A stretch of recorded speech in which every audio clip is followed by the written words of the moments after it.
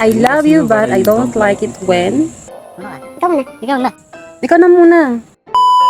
I love you but I don't like it when pag naggawa ka ng sausawan na toyo, ang dami sobra. Hindi mo naubos. Sayang lang yung toyo. Pinagsasabaw ko kasi ng kanin. Ang titira ganyan. Kinuha ganyan, natira ganyan. Oh. Pwede pang adobo. Kami naman. I love you but I don't like it when nag-a-alarm ka ng 6 a.m., 6:05, 6:10, every 5 minutes, pero babangon ka ng 7:30. Imbis na tuloy-tuloy yung tulog ko, paputol-putol, nakakainis. Dalawa lang mapupuntahan sa challenge na to. It's either magiging matatag ang relationship niyo or magiging walay kayo. I love you but I don't like it when tuwing mag-onsite ka, nag-iiwan ka ng mga kalat mo. Grabe naman sa kalat. Sige ako. I love you but I don't like it when nag-a-alarm ka pa rin kahit Sabado at Sunday. Naka-everyday yun.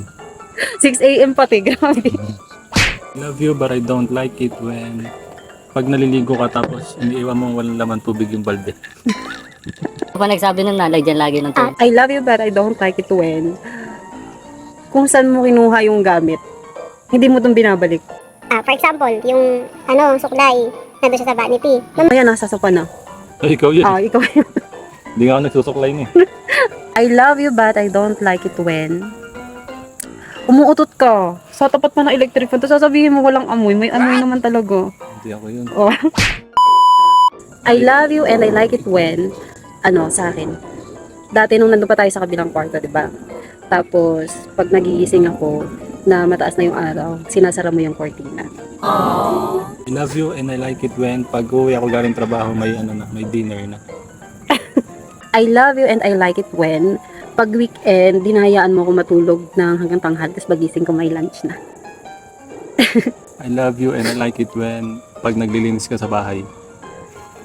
I love you and I like it when lagi mong pinapaliguan si Vivi. Ikaw na napapaligo. Ang babantot eh.